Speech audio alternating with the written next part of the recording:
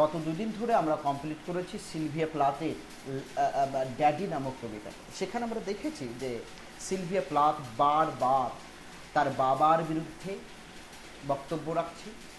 এই বাবা হচ্ছে আসলে সোসাইটি। বাবা যেমন করে তাকে তার সংসারে তার মেয়েকে কোণঠাসা করে রেখেছে, তেমনি গোটা সমাজের সংসারে এই মেয়েটিকে মেয়েদেরকে উইমেন ফোককে কোণঠাসা করে রেখেছে। The women are to lead a very confined life, narrowed life, no facilities enjoyed by them, no privileges enjoyed by them. All the facilities, all the privileges are to be enjoyed, and all the decisions are to be taken by men in society.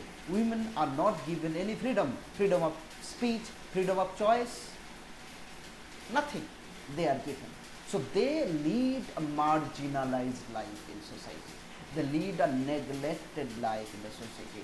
This cannot go on for long. So she makes a protest, a poetic protest, a literary protest through poems, protest through her literature, through her writings. And there she compares herself as victims of Holocaust. She compares herself as a Jew, as a gypsy who were tortured, persecuted, and killed in gas chamber in the concentration camp by the Nazi army of Hitler. So her father she considers as a Hitlerian figure. The society she is in, she considers to be Hitlerian. The women are afraid of society. The women are afraid of the daddy figures, as the Jews were afraid of Hitler and his army. So today we are going to read another poem, Lady Lazarus by Sylvia Plath. This poem is also included in the volume called Ariel, which was published posthumously in 1965 after the death of the poet herself. Now, we should keep in mind that Sylvia Plath wrote most of the poems, famous poems, which are included in Ariel in the summer of 1962, one year before her death. This 1962 summer was very productive one, and her name, fame, recognition and reputation lies in mostly in the writings of 1962. You should also keep in mind, and this 1962 summer is very important and vital in her life, because in this summer she got separated from her husband. After the departure of her husband, she had to lead a lonely life only with her two young children. She had little time to write, and the only time she got to write poems was between 4 a.m. to 8 a.m. every day, before her children got up from bed. This loneliness and this departure of her husband from her life created a deep depression in her mind, and she developed a suicidal mind. And this suicidal mind and the deep depression which is behind the suicidal attitude is described in the poem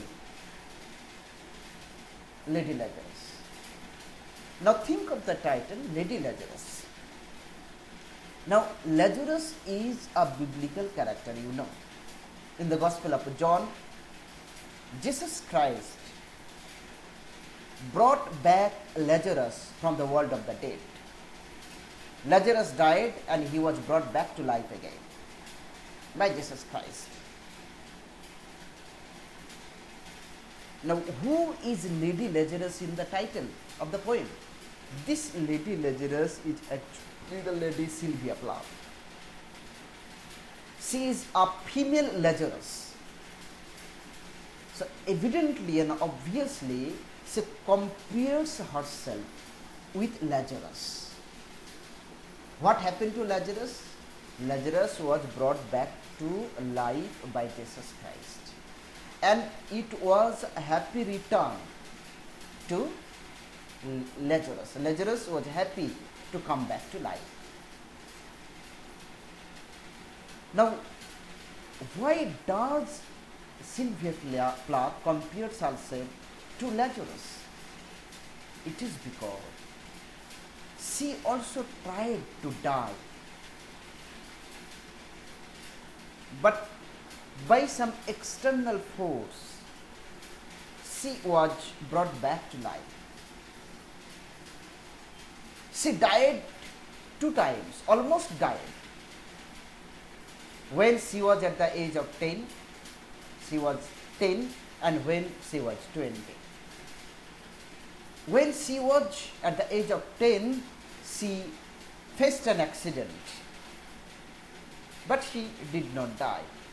She was saved. At the age of 20, she tried to commit suicide by taking sleeping pill, heavy dose of sleeping pill, but then also she was shot by her relatives, by the external forces.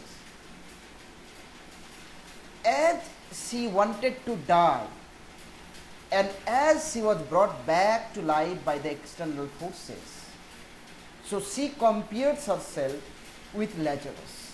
Lazarus was a man and she is a woman, and that is why she has used the phrase Lady Lazarus. Now, she may also be inspired to use the title Lady Lazarus from T.S. Eliot. T.S. Eliot wrote a poem, a love song of John Alfred Prufrock, which is also included in your syllabus. And here, T.S. Eliot speaks of Lazarus. And here T.S. Eliot make Lazarus speak after coming back from the world of the dead.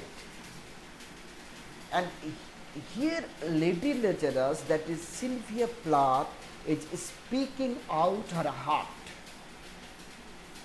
She is expressing her deep depression, her suicidal mind.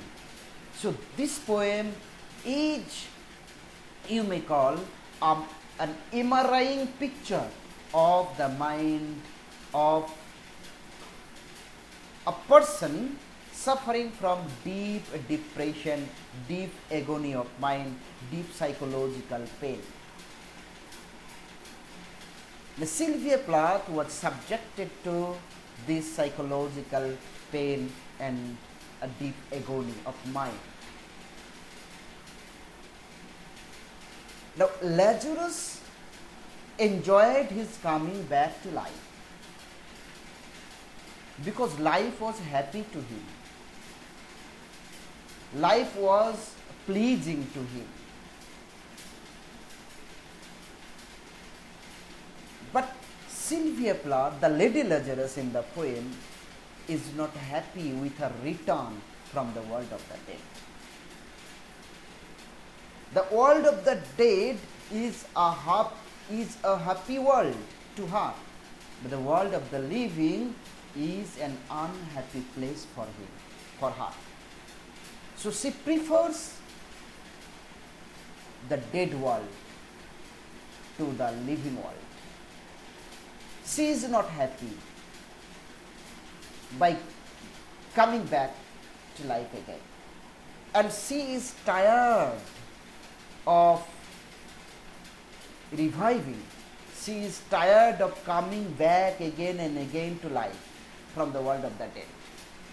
She is tired of failure to commit suicide.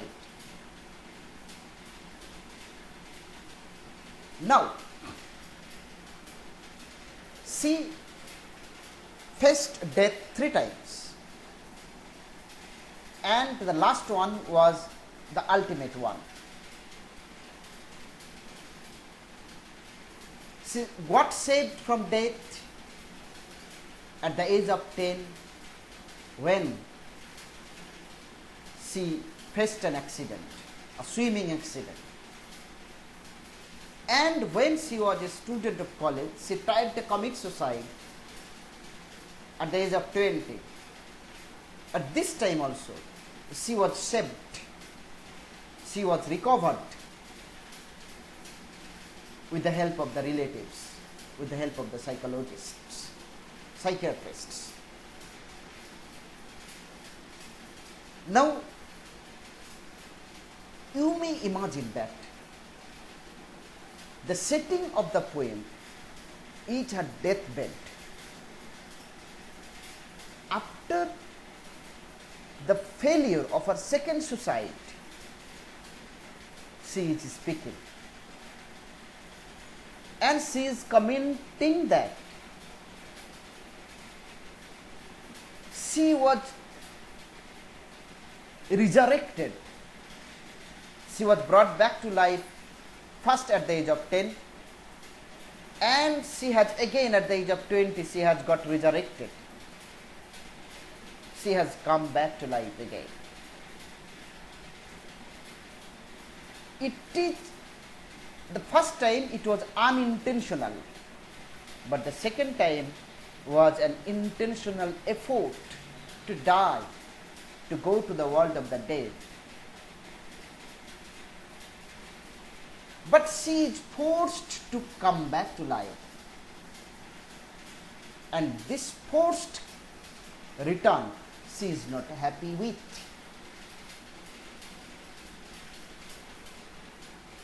Now, this poem articulates, this poem accurately expresses the psychological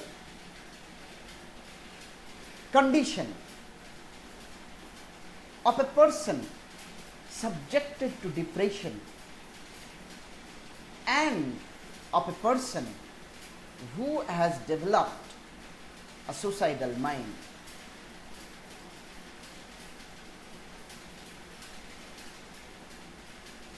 And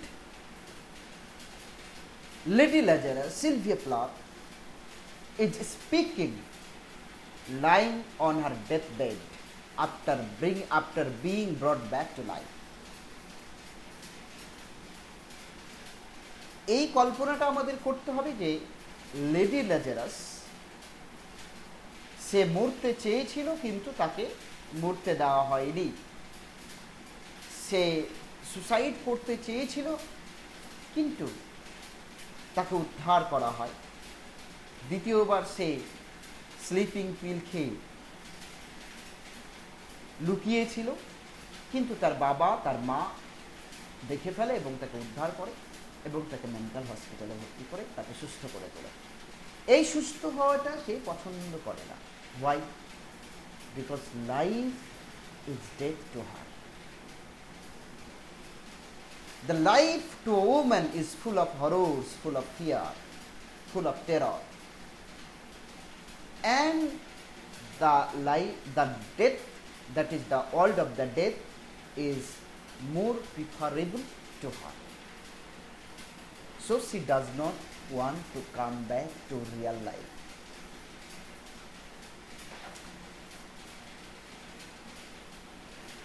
By dying, she wants to save herself from the patriarchal society, patriarchal torture, from the persecution of man. She does have no alternative to protect herself, to save herself from the hand, from the clutch of the torturing men, tormenting men, cruel men, unsympathetic, pitiless men. So, death is the only shelter. Death is the only shelter where she can save herself.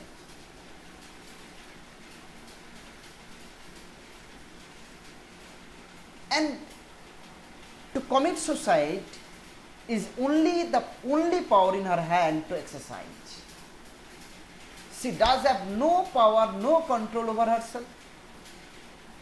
The only thing, the only power she can exclusively exercise is to die, is to commit suicide. And this power she wants to utilize to save herself from which?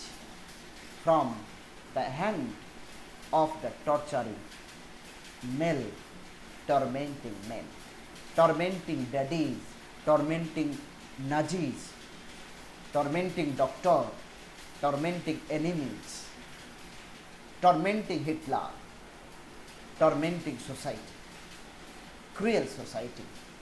সেখান থেকে সে বাঁচতে চায়। মৃত্যুবরণ করাটাই যেন একমাত্র তার option, যেখানে সে ফ্রি। একটাই চয়েস তার হাতে আছে, একটাই ফ্রিডম তার হাতে আছে, সেটা কি? Freedom to die. কিন্তু সেই চেষ্টাটা করেও সে ব্যর্থ হচ্ছে, মরার চেষ্টাতেও সে ব্যর্থ। সেখানেও external forces, male forces, social force তাকে কিন্তু আবার তার জীবনে ফিরে আনছে। যে জীবন সে সহ্য করতে পারে না, যে জীবনটা টোটালি ম্যান ডোমিনেটেড জীবন, এই জীবনটা সে সহ্য করতে পারে না, গ্রহণ করতে পারে না।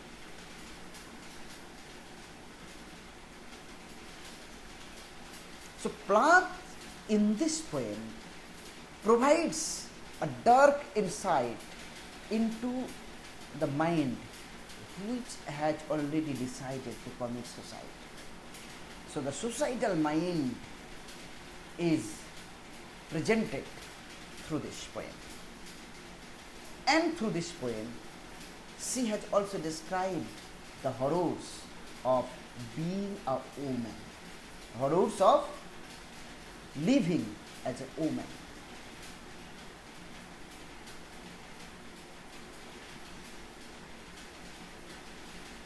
Now, as we have seen in the poem Daddy, the poet compares herself with a Holocaust victims. In this poem also, she is presenting herself as a victim in the hand of the Nazi army, in the hand of Hitler, in the hand of the Germans, torturing Germans.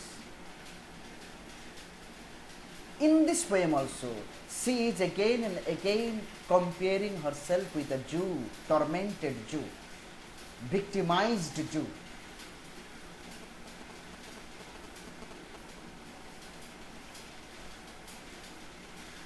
And after the failure of her second time suicidal attempt, she expresses her hope. She expresses her assurance that next time she will be successful in dying. She will be successful in committing suicide. And after that death, she will not come back to life. Yet, she wants to come back, but not as a human figure, but as a figure of a revenger, as a figure of avenger, a female avenger, and he would take revenge on the male people who tortured her, who torture every day every woman.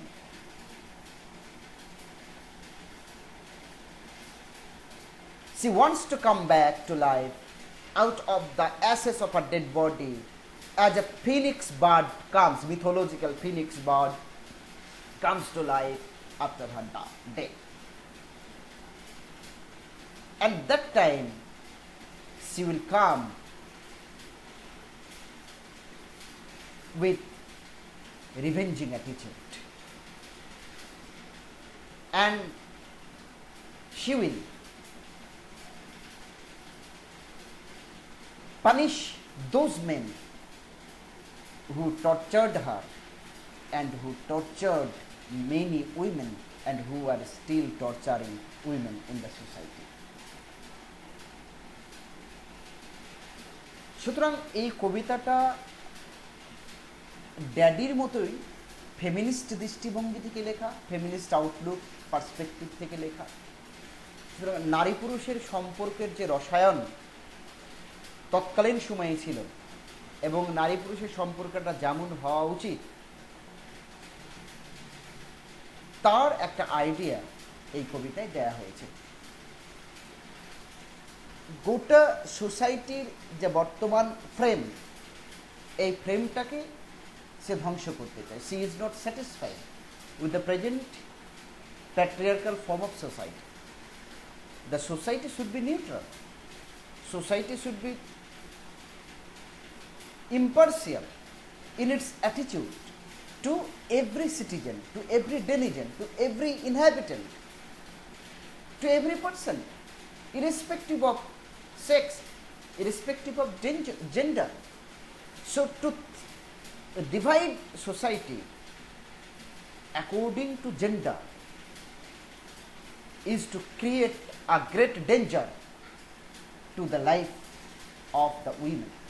The women are considered to be the weaker section of society, and the men are called the stronger section. But in the eye of society, nobody should be considered strong or weak. Society's role is to give equality, protection, security, assurance to all without any discrimination. But women are subjected to gender discrimination in the society. So women should protest against this, and Sylvia Plath, as a representative of female folk, women folk, she is speaking here against a male-dominated society. Now start reading the text.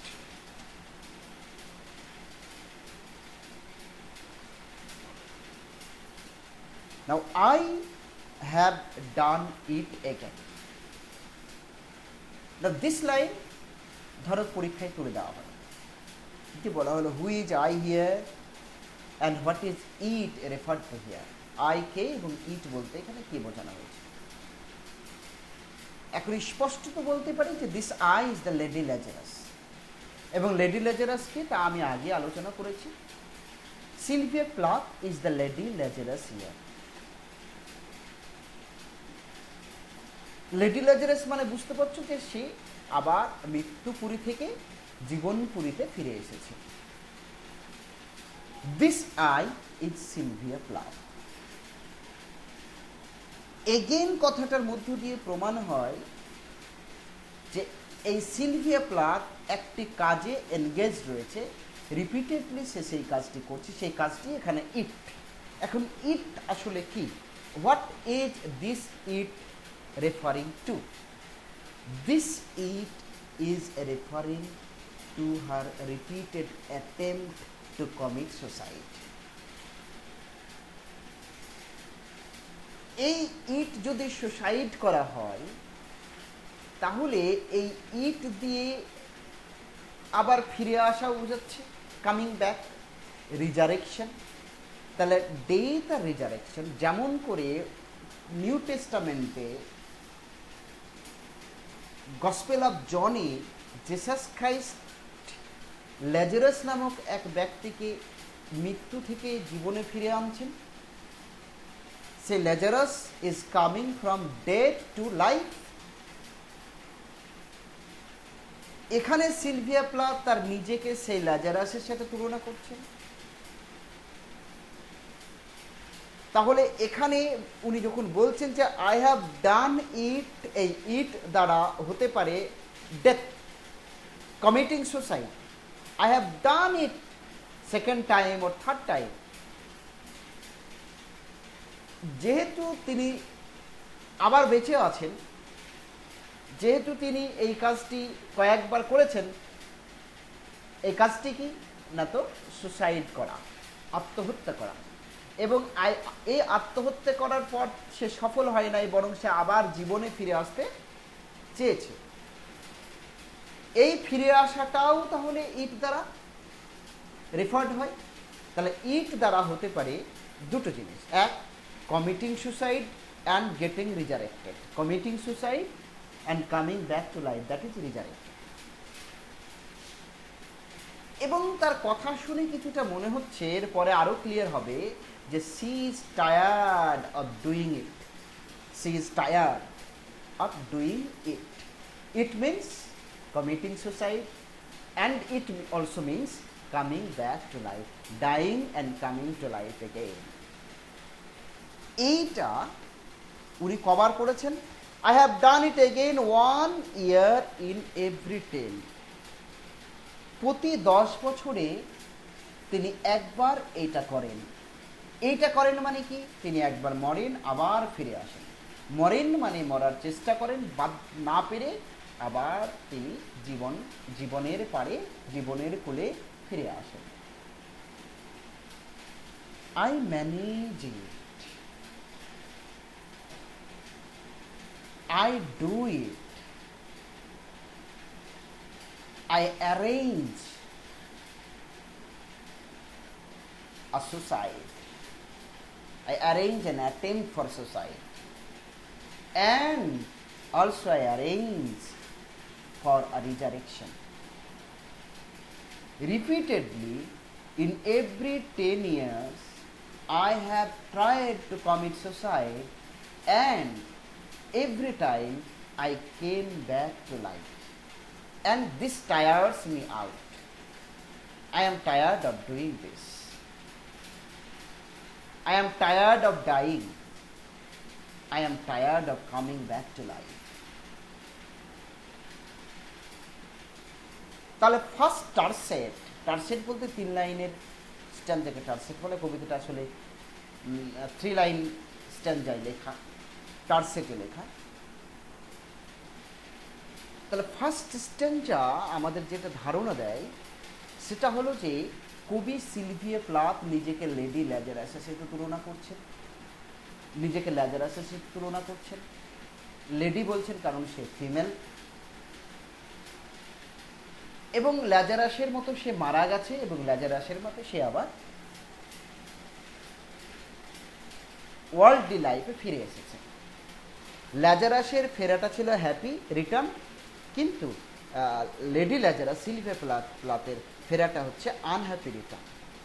Lazarus wanted to come back and Lady Lazarus does not want to come back, but yet she is forced to do that again and again.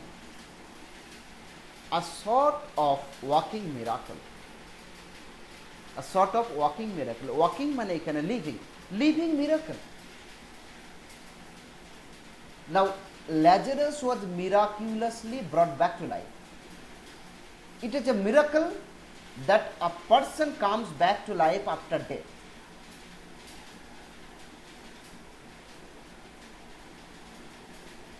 This cannot happen. This generally does not take place, that a person after death coming back to life is coming back to life. Now, Lady Lazarus, that is Sylvia Plath, also is coming back to life. 2 times she has already come back to life. 2 times she has already gone to the world of the dead. She tried to go to the world of the dead. And this, she thinks, is a miracle. That instead of her effort to die, she had to come back to life. And this happened 2 times. This repeated happening of coming back to life is more miraculous than the single returning of Lazarus to life. Lazarus returned to life only once, and Lady Lazarus, Sylvia Plath, returned to life twice. So this is more miraculous, and this is a living miracle. She is still alive, and this is happening again and again after every 10 years. My skin bright as a Nazi lampshade. Now, you must be serious. She is now going to compare herself with a Holocaust victim, with a Jew victimized by the Hitlerian army, Hitlerian people. So bright as a Nazi lampshade. তোমাকে কল্পনা করতে হবে যে lady Lazarus Sylvia Plath সে আত্মহত্যার চেষ্টা করেছে শেষবারে। এটাকে তোমাকে ধরতে হবে সেকেন্ড টাইম এফোর্ট। যদি থার্ড টাইম ধরো সেটাও ধরা যেতে পারে, কিন্তু সেটা বেশি কষ্টকর কল্পনাটা। এখানে তোমাকে সেকেন্ড টাইম অ্যাটেম্প, আনসাকসেসফুল অ্যাটেম্পটা ধরতে হবে, unsuccessful attempt to commit suicide. Say failure হয়েছে, ব্যর্থ হয়েছে মরতে, সুসাইড করতে চেষ্টা করেছিল এবং সে মরেই গেছিল প্রায়, কিন্তু পরবর্তীতে তাকে রিকভারি করা হয়। এই অবস্থায় ডেথ বেডে শুয়ে সে তার বক্তব্য পরিবেশন করছে। ব্রাইট এবং স্পষ্টত লেডি সিলভিয়া প্লাথ নিজেকে একজন হলোকাস্ট ভিকটিম হিসেবে তুলে ধরেছেন। যেমন করে ড্যাডি কবিতায় একজন জু বা একজন জিপসির সাথে নিজেকে তুলনা করেছেন সিলভিয়া প্লাথ, এখানেও তিনি তেমন করেই একজন জু বা একজন ইহুদির সাথে নিজেকে তুলনা করছেন। A sort of walking miracle, my skin bright as a Nazi lampshade, my right foot a paperweight, and my face a featureless fine Jew linen. Now, my skin is as bright as the lampshade, Nazi lampshade, and my foot is like a paperweight, and my face is like the linen put on, worn by a linen which the Jews were put on. Her face is compared with the cloth, with the garment, with the clothes worn by the Jews. So these 3 terms, Nazi lampshade, paperweight, and Jew linen, these 3 phrases, these 3 terms refer to the Holocaust image, refer to the concentration camp image, refer to the torture and tormenting of the Jews under the hand of the Nazi army. So who are the Nazis here? The male figures of the society. Therefore, Lady Sylvia Plath is the Jew victims, is a Holocaust victims. Now, why the lampshade, the skin is compared with the lampshade? Why the food compared with the paperweight? Now it is said that after the Jews were burned or after the Jews were killed in the concentration camp, their bodies were dead bodies were profitably used by the doctors and by the German Nazis. The doctors were, the technician, the pathologists were used to use the dead body. Now it is said that the skin of the Holocaust victims were used to produce the lampshade. Their skeleton, their bones were used as paperweight. So here Sylvia Plath is comparing her dead body with that of a Jew. After the Jew is burned alive, is killed in the concentration camp.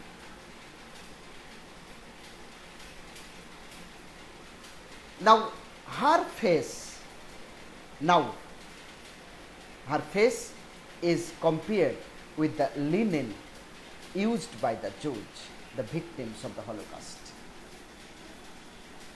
Now এখানে তোমাকে কল্পনা করতে হবে যে Sylvia Plath তিনি মরতে চেয়েছিলেন এবং তাকে ফিরিয়ে আনা হয়েছে বাস্তব জীবনে, লিভিং ওয়ার্ল্ডে, এবং সে ডেথ বেডে শুয়ে রয়েছে।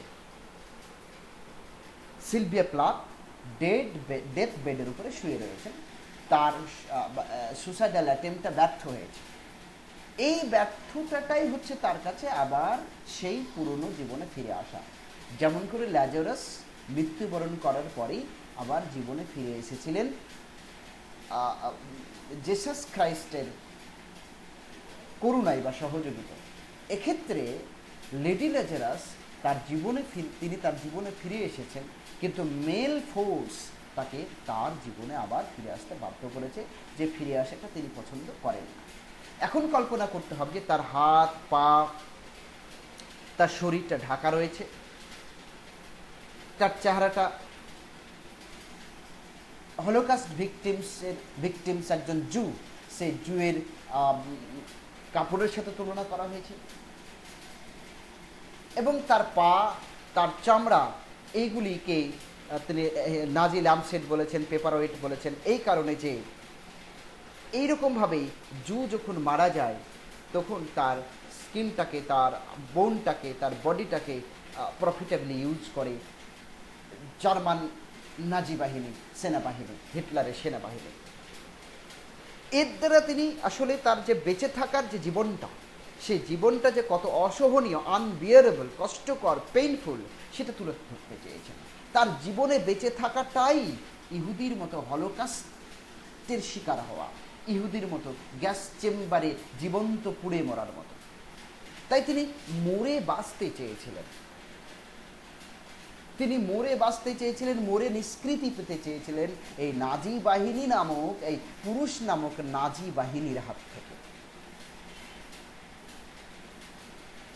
এরপরে দেখো কি বলছে, যে পিল অফ দ্য ন্যাপকিন, কল্পনা করো, পিল অফ দ্য ন্যাপকিন, এটা কিন্তু ইন্টারোগেটিভ ফর্ম, ইম্পারেটিভ ফর্মে আছে, অ্যাড্রেস করছে যাই জাস্ট রিডার্সদেরকে, আমাদেরকে বলছে পিল অফ দ্য ন্যাপকিন। হ্যাঁ, আমি ডেড বডির মতো শুয়ে রয়েছি, আমি ফিরে এসেছি ডেড ওয়ার্ড থেকে। কাপড়টা খুলুন, গায়ের চাদরটা তুলুন, মুখটা আলগা করুন, তাহলে দেখতে পাবেন আমি কি মরার জগৎ থেকে আপনি এবার ফিরে এসেছি। যেমন করে ল্যাজারাস ফিরে এসেছে। ল্যাজারাস যখন ফিরে এলো তখন তারও কাপড়, তার গায়ের চাদর, সেই চাদরটা তুলে তাকে দেখা হয়েছিল। Yes, peel off the napkin, figuratively peel off the napkin means reveal the face, who I am, who is under the cloak, who is under the cover, whose body is there under the cover. Please peel off the cover, peel off the napkin, peel off the towel, peel off the clothes, peel off the garments, and you will see who is under this. Oh my enemy. Who is the enemy? Your enemy, you, the readers, only the male readers. You enemy. Actually, this poem was intended to be read by the male readers. Male readers have to brought into senses, have to be brought into senses, and this poem is expected to be read by the male readers. So, oh my enemy, do I terrify? Do you think that I am terrifying you? Do you think that I am terrorizing you? Do you think that I am creating a horrifying situation? Am I creating horror in your mind? How? যখনই ন্যাপকিনটা তোলা হবে, যখনই দেখতে পাবে the nose, the eye pits, the full set of teeth, যেন dead body. কি দেখতে পাবে সে? যেমন করে ল্যাজারাসকে ফিরিয়ে আনা হয়েছিল, তার নোজ, ডেড বডি যদি বেশ কিছুদিন কবরে থাকে তাহলে তার নাকটা নষ্ট হয়, ফ্রেমটা, আকারটা নষ্ট হয়, তাহলে নোজলেস ফেস। দ্য আই পিটস মানে যদি চোখটা নষ্ট হয় তাহলে যে একটি গর্ত তৈরি হবে, দুটো গর্ত, সেই গর্ত। দ্য ফুল সেট অফ টি, দাঁতের পাটি, ডেড বডি যেমন হয়, এটা কঙ্কাল। অর্থাৎ এখানে সিলভিয়া প্লাথ নিজেকে একেবারে একটা লিভিং কর্পস হিসেবে তুলে ধরেছেন। লিভিং কর্পস, একদম জ্যান্ত কঙ্কাল, জ্যান্ত ডেড বডি, জীবন্ত living dead body. The sour breath will vanish in a day. এখানে তোমাদের কল্পনা করতে হবে যে ল্যাজারাস যেমন ডেড বেডে ছিলেন, তাকে ফিরিয়ে আনা হয়েছিল মৃত্যুর জগৎ থেকে একদম জীবনের জগতে, ঠিক তেমনি করে এখানে কল্পনা করতে হবে যে লেডি ল্যাজারাস সেও ঘুমিয়ে রয়েছে, সে শুয়ে রয়েছে, সে ডেড ওয়ার্ল্ড থেকে ফিরেছে এবং কবর থেকে যেন তুলে আনা হয়েছে তার ডেড বডি। তার চোখ দুটিতে গর্ত হয়ে গেছে, দাঁতের পাটি, দুপাটি, চোয়াল জুড়ে দুপাটি দাঁত দেখা যাচ্ছে, নখটা বসে গেছে এবং সে এখন জীবন্ত হয়ে উঠেছে। এবং তার যে স্মেল, ডেড স্মেল, তার যে নিঃশ্বাস নিচ্ছে, কল্পনা করতে হবে এটার জন্য ডেড স্মেল, শাওয়ার স্মেল, এটা কিছুক্ষণ পরেই কী হয়ে যাবে, ভ্যানিশ হয়ে যাবে। অর্থাৎ তার উপরে যে মৃত্যুর প্রভাব রয়েছে, তার যে ক্রমে ক্রমে তার বডিটা আবার ফর্মে আসবে এবং তার যে মৃত্যুর ছোঁয়া, মৃত্যুর স্পর্শ, যেটাকে এখানে শাওয়ার ব্রেথ বলা হয়েছে, সেটা ক্রমে ক্রমে ভ্যানিশ হয়ে যাবে। সে আবার কমপ্লিট রিটার্ন ঘটবে তার একেবারে জীবনের জগতে। ভয় পাচ্ছেন আপনারা? আমার জীবন্ত ডেড বডি আমি আপনাদের সামনে তুলে ধরছি, ভয় পাওয়ার কিছু নেই। Just peel off the napkin, ন্যাপকিনটা তুলুন, দেখবেন আমার দাঁতের পাটি, দেখবেন আমার চোখের গর্ত, দেখবেন আমার নাকের গর্ত। হ্যাঁ, আর আপনি যখন ন্যাপকিনটা তুলবেন তখনও আমি আসলে মৃত্যুর জগতে ক্রমে ক্রমে জীবনের জগতে আসছি, তখনও মৃত্যুর কিছুটা ছোঁয়া, অর্থাৎ ডেথ ব্রেথ, ডেড ব্রেথ তখনও থাকবে, সেটা ক্রমে ক্রমে হারিয়ে যাবে, একেবারে লিভিং ব্রেথ ডেভেলপ করব আমি। Soon soon the flesh, the grave, cave, it will be at home on me. খুব শীঘ্রই আমি মরার জগৎ থেকে ফিরে এসেছি, আমি কবর থেকে ফিরে এসেছি। কবরের যে গর্ত, দ্য গ্রেভ, কেভ, ইট, আমার যে ফ্লেশ, আমার যে বডি, আমার যে মাংস, যা কবরে ঢোকানো ছিল, এখানে কল্পনা করতে হবে, কবর মানে মৃত্যু, মৃত্যুর মাঝে ছিল, মৃত্যু জগতে আমার বডিটা ছিল, সেখানে আমার বডিটা ধ্বংস হয়েছে, কারণ আই পিটের কথা বলা হয়েছে, এখানে ফুল সেট আপ টিথের কথা বলা হয়েছে, মাংস ঝরে গেছে। Will be at home on me, আবার আমার দেহে সেই মাংস ফিরে আসবে, আমি আবার জীবন্ত হয়ে উঠব। যে মাংসটা কিছুক্ষণ আগেই, যে বডিটা কিছুক্ষণ আগেই ডেড অলডে ছিল, সেটা এখন আবার লিভিং অলডে ফিরে আসছে ক্রমে। আপনি ন্যাপকিন তুলুন, দেখতে পাবেন আমার সেই প্রায় মরদেহটা, এবং সেই মরদেহের মাংস, মরদেহের দাঁত, মরদেহের নাক, মরদেহের চোখ, মরদেহের প্রত্যেকটি অঙ্গ, every limb of that dead body will come to life again, আবার ফিরে আসবে, আবার আমার আগের মতো হয়ে উঠবো আমার জীবন। এই আগের মতো হয়ে ওঠার মধ্যে আবার একটা কষ্ট আছে। এই মরণের মধ্যে তিনি পেয়েছিলেন কি? শেল্টার পেয়েছিলেন, মরণের মধ্যে তিনি একটা প্রোটেকশন পেয়েছিলেন, একটা সলিটিউড পেয়েছিলেন, একটা সলিটারিনেস পেয়েছিলেন, যেটা তার কাছে সুখের, যেটা তার কাছে আনন্দের। আবার তিনি ভিড়ে এলেন, কিসের ভিড়? The crowd of man, crowd of male, যাদেরকে তিনি বলেছেন peanut crunching crowd, peanut crunching crowd, বাদাম খেতো, আনন্দ করা, মজা লুটে নেওয়া ভিড়, মজা লুটে নেওয়া দর্শক।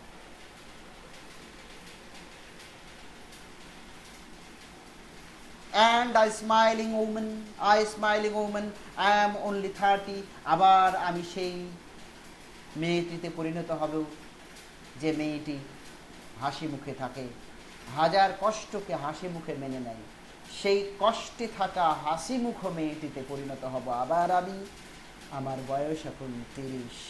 And like the cat I have 9 times to die, আমাকে আবার অনেকবার মরতে হবে, কারণ আমি মরার দিকে যেতে বাধ্য, আমি বারবার জীবনে আসতে বাধ্য, বারবার মরতে বাধ্য, কারণ জীবন, আমি মরতে চাইলেও মরাতেও আমার অধিকার নেই, মরতে চাইলেও ম্যান ফোর্স আমাকে মরার জগৎ থেকে ফিরে আনছে। আবার বেঁচে থাকার যে জগৎ, যে লিভিং ওয়ার্ল্ড, লিভিং ওয়ার্ল্ডের যে আনন্দ, সেই আনন্দটাও তারা আমাকে এনজয় করতে দেয় না। লিভিং ওয়ার্ল্ডটাই আমার কাছে ডেড ওয়ার্ল্ডের মতো। তাদের টর্চার, তাদের অত্যাচার, তাদের অপমান, তাদের অবমাননা, তাদের দ্বারা মার্জিনালাইজ লাইফ লিড করা, সব কিছুই আমার কাছে কষ্টকর। এই কষ্টকর জীবন যাপন করাটা মরণের থেকে বেশি কষ্টের।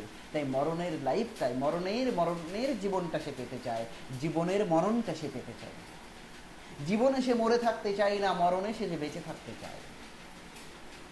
জীবনের মরে থাকাটা তার কাছে সহনীয় নয়, সে সইতে পারে না। বয়স তার 30 এবং তাকে আরো অনেকবার মরতে হবে। And like the cat I have 9 times to die, আসলে তিনি বারবার চেষ্টা করছেন। 10-এ একবার অ্যাক্সিডেন্ট হয়েছিল, 20-তে একবার, তারপরে 30-এ বা 31-এ গিয়ে তিনি তো মৃত্যুবরণ করেছেন, অর্থাৎ 3rd টাইম সুসাইডাল অ্যাটেম্পটা সাকসেসফুল হয়। এখানে উনি যখন কথা বলছেন, তখন আমাদের বেশি লজিক্যাল হচ্ছে, আমাদের ধরে নিতে হবে যে তিনি 2nd টাইম অ্যাটেম্পটা যখন ব্যর্থ হয়, এই ব্যর্থ হওয়ার পর তিনি এই কথাটি বলছেন, বা সেই 2nd টাইম ব্যর্থ হওয়ার পরিস্থিতিটাকেই এখানে উনি তুলে ধরে কাব্যিক ফর্ম প্রদান করেছেন। And like the cat I have 9 times to die, বৃদ্ধা মহিলার মুখনিসৃত গল্প, যে বিড়ালের বহু রকমের জীবন, বিড়াল মাল্টি কালার্ড লাইফ লিড করে, বিড়ালের জীবনের প্রকার, জীবনের ধরন অনেক, তার নাকি 9 রকমের রূপ আছে, বহুরূপী বিড়াল। এখানে লেডি ল্যাজারাস বিড়ালের সাথে কম্পেয়ার করে বলছে যে বিড়াল 9 রকম ভাবে বাঁচে, তার মানে বিড়ালের 9টা জীবনের মৃত্যু ঘটে তার যখন মৃত্যু হয়। এখানে বিড়ালের জীবনটাকে গ্রহণ না করে উনি নিজেকে বলেছেন I have 9 time to die like the cat. তার মানে হচ্ছে তাকে 9 বার জীবনে ফিরতে হবে, 9 বার তাকে মরণের চেষ্টা করতে হবে। এই 9 দিয়ে আসলে অসংখ্য বোঝানো হয়েছে। আমরা অনেক সময় বলি 14 বার যাওয়া আসা করছিস কেন? 14 বার মানে 1 থেকে 14 অব্দি গুণে তা নয়, 14 বার মানে বারবার। অর্থাৎ এখানে 9 মানে হচ্ছে এগেইন অ্যান্ড এগেইন, তাকে বারবার মরতে হবে, তাকে বারবার মরার জগৎ থেকে ফিরতে হবে। This is number 3. What a truss!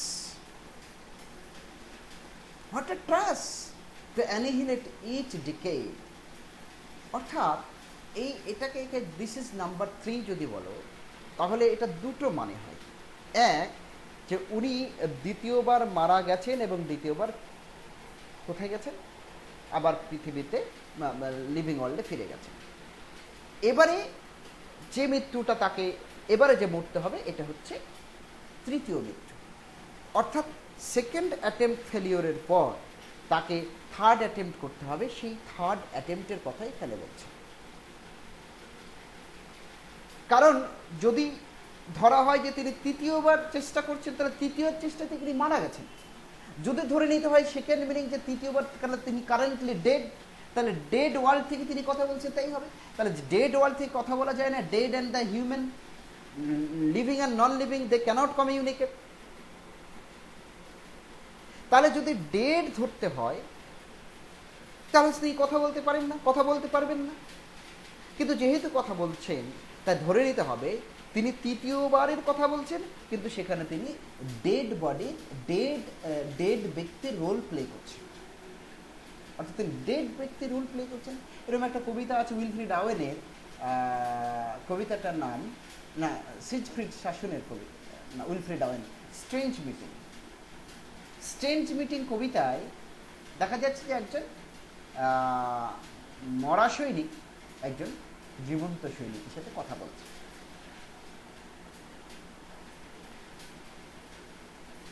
কারণ সৈনিকেদের কষ্ট, যুদ্ধ যে কতটা আনওয়ান্টেড, যুদ্ধ যে কতটা ক্ষতিকর, তা বোঝানোর চেষ্টা করেছেন কবি বারবার। তাই কিন্তু লোকে তা শোনে না। তাই এবারে ডেড ওয়ার্ল্ড থেকে একজন মরা সৈনিককে তুলে নিয়ে এসে কথা বলাচ্ছেন, যাতে মরা সৈনিকের কথা শুনে মানুষ যুদ্ধ থেকে বিরত থাকে। এখানে তেমনই একটা ধারণা হয়তো আছে যে উনি মরে কথা বলছেন, যাতে করে মানুষকে তিনি যাতনা দিয়ে চেতনা ফেরাতে পারেন, সাইকোলজিক্যাল যাতনা দিয়ে চেতনা ফেরাতে পারেন। এখন এর আগে একটা আমি কথা বললাম যে ল্যাম্পশেড, স্কিনকে ল্যাম্পশেডের সাথে তুলনা করছেন, তার ডেড বডির পাকে পেপারওয়েটের সাথে তুলনা করছেন। অর্থাৎ নিজেকে তিনি একটা কনসেন্ট্রেশন ক্যাম্পের একজন ভিকটিম বলে মনে করছেন, কারণ জীবনটাই তার কনসেন্ট্রেশন ক্যাম্প। তাহলে কনসেন্ট্রেশন ক্যাম্প থেকে মুক্তি পেতে গেলে তাকে কোথায় যেতে হবে? ডেড ওয়ার্ল্ডে যেতে হবে, সেটাই তার কাছে শেল্টার। এই কনসেন্ট্রেশন ক্যাম্পের সাথে নিজেকে তুলনা করে কনসেন্ট্রেশন ক্যাম্পের একজন ভিকটিম হিসেবে তুলনা করেছেন, কারণ তিনি সাইকোলজিক্যালি ভীষণ ডিস্টার্ব, সাইকোলজিক্যালি ভীষণ ডিপ্রেসড। তার মনের ভেতরেই একটা তৈরি হয়েছে কি, একটা সাইকোলজিক্যাল কনসেন্ট্রেশন ক্যাম্প তৈরি হয়েছে। এই সাইকোলজিক্যাল বেলসেন একটা কনসেন্ট্রেশন ক্যাম্পের নাম, এর আগের কবিতা দেখেছে। এই যে concentration camp, psychological concentration camp, তার থেকে তিনি মুক্তি পেতে চান। আর সেই মুক্তি পাওয়ার উদ্দেশ্যেই তিনি কিন্তু সুসাইড করেছিলেন দুবার। প্রথমটা আনওয়ান্টেড অ্যাক্সিডেন্টাল, দ্বিতীয়টা ইন্টেনশনাল, তৃতীয়টা সাকসেসফুল। দ্বিতীয়বার তিনি ব্যর্থ হয়েছিলেন, আবার ওয়ার্ল্ডলি লাইফে তাকে ফিরতে হয়েছিল। And like that cat I have 9 times to die, অর্থাৎ উনি যেটা বলতে চাইছেন যে আমি বোধহয় একেবারে মরতে পারবো না, I have to die and I have to come back to life again and again. এবং এবারে যে চেষ্টাটা উনি করবেন সেটা হচ্ছে তৃতীয় চেষ্টা।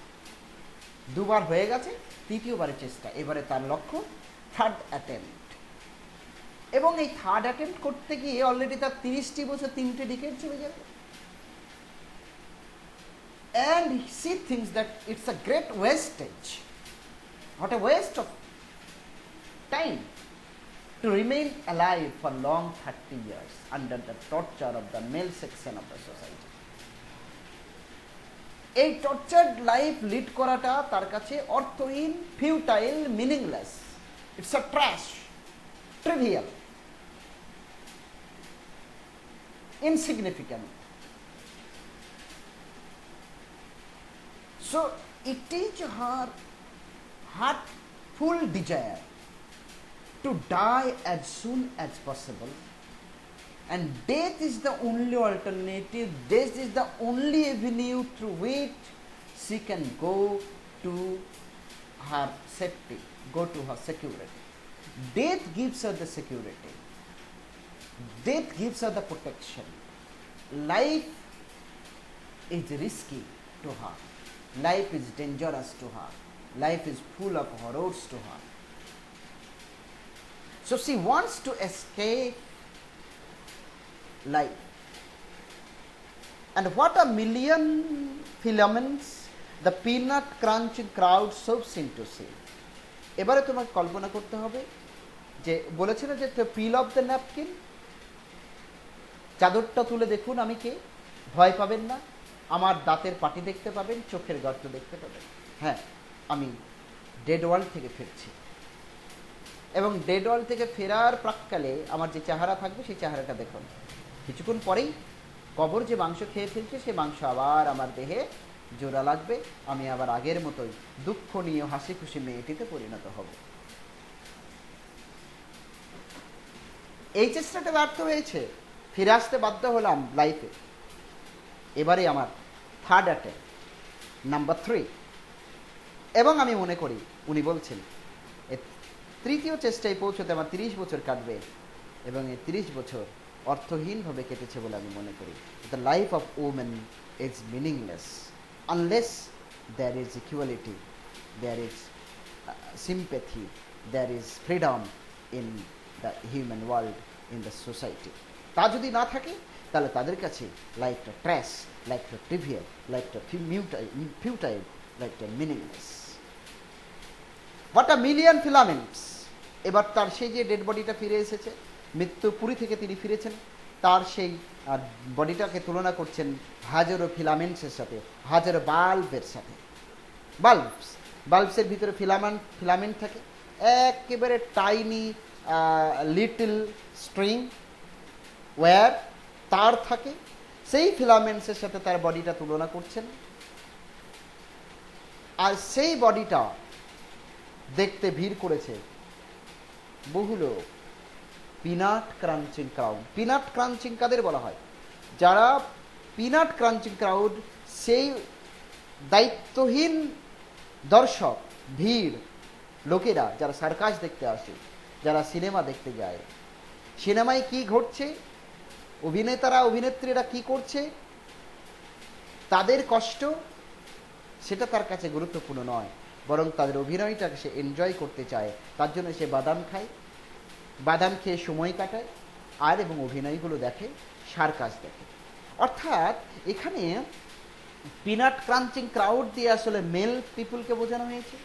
তারা এই নারীর ফিরে আসাটাকে এনজয় করছে, অবলোকন করছে, এবং তার এই ফিরে আসাটাকে একটা সার্কাসের ইভেন্টের সাথে তুলনা করেছেন তিনি, সিলভিয়া প্লাথ।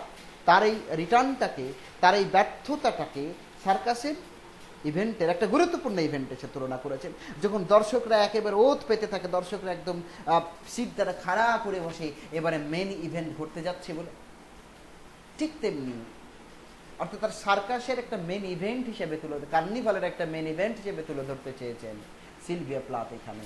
তার ফিরে আসাটাকে, তার এই ফিরে আসাটা এনজয়েড হবে কাদের দ্বারা?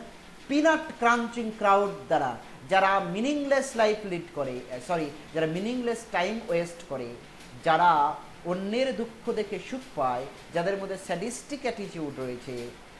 স্যাডিস্ট তাদের বলা হয় যারা অন্যকে কষ্ট দিয়ে সুখ পায়। ম্যাসোকিস্ট তাদের বলা হয় যারা নিজেকে কষ্ট দিয়ে সুখ পায়।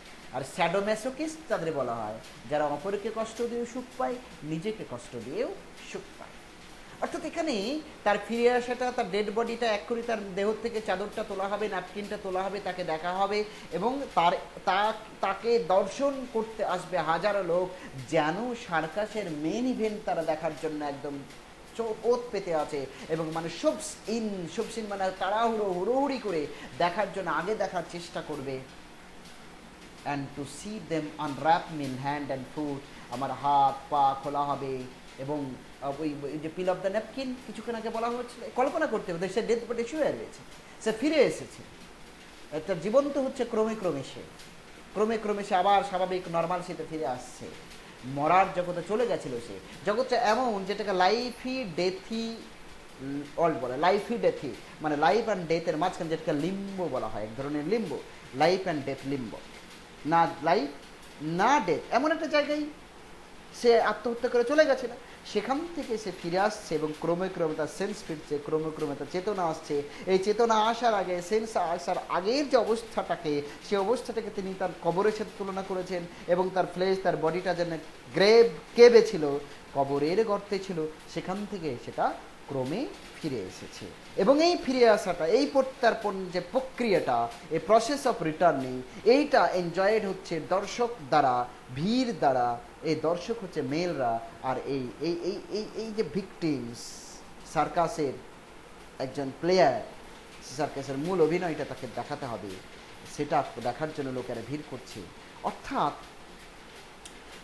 সে এখানে নিজেকে কিসের সাথে তুলনা করছেন, তিনি কিসের সাথে তুলনা করছেন, যে একটা পিপল এক্সাইটেড হয়ে উঠছে, সে কি একজন object of spectacle for a hungry crowd, hungry ক্রাউডের কাছে একটা অবজেক্ট অফ স্পেকটাকল, সে লোকেরা তাকে এনজয় করতে চায়। এখানে আরেকটা জিনিস মনে রাখতে হবে যে এখানে সে শুধু সার্কাস স্পেকটাকল তা নয়, নিজেকে তুলে ধরছেন একটা হলোকাস্ট ভিকটিম হিসেবে। Them unwrap me hand and foot, the big striptease মানে বোঝো, স্ট্রিপটিজ মানে হচ্ছে কোনো মহিলা নাচতে নাচতে যখন তার নিজেকে, যখন সে আনড্রেস করছে টু ক্রিয়েট সেক্সুয়াল এক্সাইটমেন্ট। অর্থাৎ একটা ডেড বডি, এই ডেড বডির মধ্যে কোথায় যেন তারা একটা সেক্সুয়াল ইন্টারেস্ট পাচ্ছে, এটাকে বলা হয় নিক্রোফেলিয়া। নিক্রোফেলিয়া মানে sexual interest for dead body. আচ্ছা, না পুরুষের যে বিকৃত সেক্সের একটা বর্ণনাও, একটা ছবি এখানে রিমোটলি দেওয়ার চেষ্টা করা হয়েছে, যে বিগ স্ট্রিপটিজ, আমার ডেড বডির থেকে আমার পোশাক খুলে নেওয়া হবে, আর এটাই যেন সার্কাসের মেন ইভেন্ট, যেন তার ডেড বডির থেকে তার পোশাকটা ক্রমে খোলা হবে, আর সেক্সুয়াল দৃষ্টিতে এই পিনাট ক্রাঞ্চিং ক্রাউড সেক্সুয়াল দৃষ্টিতে তার সেই আনড্রেসিং প্রক্রিয়াটাকে দেখবে এবং এনজয় করবে। Gentleman and ladies, yes, gentleman and ladies এই কথাটা আনছে কারণ যখন সার্কাসের ইভেন্ট থাকবে তখন জেন্টলম্যান লেডিজ সবাই থাকে, কিন্তু যখন তিনি ভিকটিমস হিসেবে তুলে ধরছেন, হলোকাস্ট ভিকটিম, এই ধারণাটা এখানে আরো বেশি আগেই বলেছে নাজি ল্যাম্পসেড এবং পেপার ওয়েটের তুলনা করতে ডেড বডির অংশবিশেষকে। সুতরাং এই যে ডেড বডি, এই ডেড বডির সাথে নিজেকে আসলে কার তুলনা করছি ডেড বডির মধ্য দিয়ে, হলোকাস্ট ভিকটিম সাথে। যখন হলোকাস্ট ভিকটিম হিসেবে থাকবে তখন কিন্তু লেডিজের উপস্থিতি থাকবে না মূলত। অর্থাৎ এখানে এ অবধি আমরা যেটুকু দেখলাম যে তিনি আত্মহত্যা করার সেকেন্ড চেষ্টা করেছেন, ব্যর্থ হয়েছেন, এবারে থার্ড অ্যাটেম্প্ট করবেন, কিন্তু প্রত্যেকটা অ্যাটেম্প্টের মাঝখানে তার 10টি বছর চলে যাচ্ছে। এই 10টি করে বছর করতে করতে 30 বছর কেটে গেছে। এই 30 বছর তার লাইফটা মিনিংলেস। অর্থাৎ এর দ্বারা উনি কী বলতে চাইছেন, যে উনি বলতে চাইছেন যে my 30 years have been spent in nonsensical pursuit of human life. এইটা তিনি বরদাস্ত করতে পারছেন না। শুধু তাই নয়, এর দ্বারা তিনি জেনারেলাইজ করছেন প্রত্যেকটা মহিলার জীবনই এইরকম কি না তো ননসেন্সিক্যালি, মিনিংলেসলি যাপিত হয়, যে জীবনযাপন করার মধ্যে কোনো অর্থ নেই, কোনো সিগনিফিক্যান্স নেই। তাই তিনি মরতে চান। এই থার্ড টাইম অ্যাটেম্প্ট তিনি করবেন এবং থার্ড টাইম অ্যাটেম্প্টে তিনি সাকসেসফুল হবেন এবং সেই প্রেডিকশনও তিনি করেছেন, এবার আমি সাকসেসফুল হব। যদিও তিনি প্রথমে বলেছেন আমাকে 9 বার মরতে হবে, মানে বারবার মরতে হবে, 9 মানে এখানে অসংখ্যবার তাকে মরতে হবে, বারবার ফিরে আসতে হবে। তার এই মরাটা এবং তার এই ফিরে আসাটা পুরুষের কাছে একটা আনন্দের বিষয়। তারা যেন সার্কাসের ইভেন্ট দেখার মতো করে এনজয় করে। ল্যাজারাসকে দেখতে যেমন অনেক লোক এসেছিল এবং সবাই খুশি হয়েছিল তাতে, ল্যাজারাস ফিরে এসেছে জীবনে, একটা মিরাকেল ঘটেছে। এর ক্ষেত্রে লিভিং মিরাকেল ল্যাজারাসের ক্ষেত্রে, কারণ এই ক্ষেত্রে যে তার ফিরে এসেছে তা আনন্দের নয় বরং দুঃখের। এবং লোকেরা তার এই দুঃখটাকেই এনজয় করছে। They are finding pleasure in the midst of pain of little ages. আজকে এই অবধি থাক, এরপরে বাকিটাকে পড়বো। Thank you.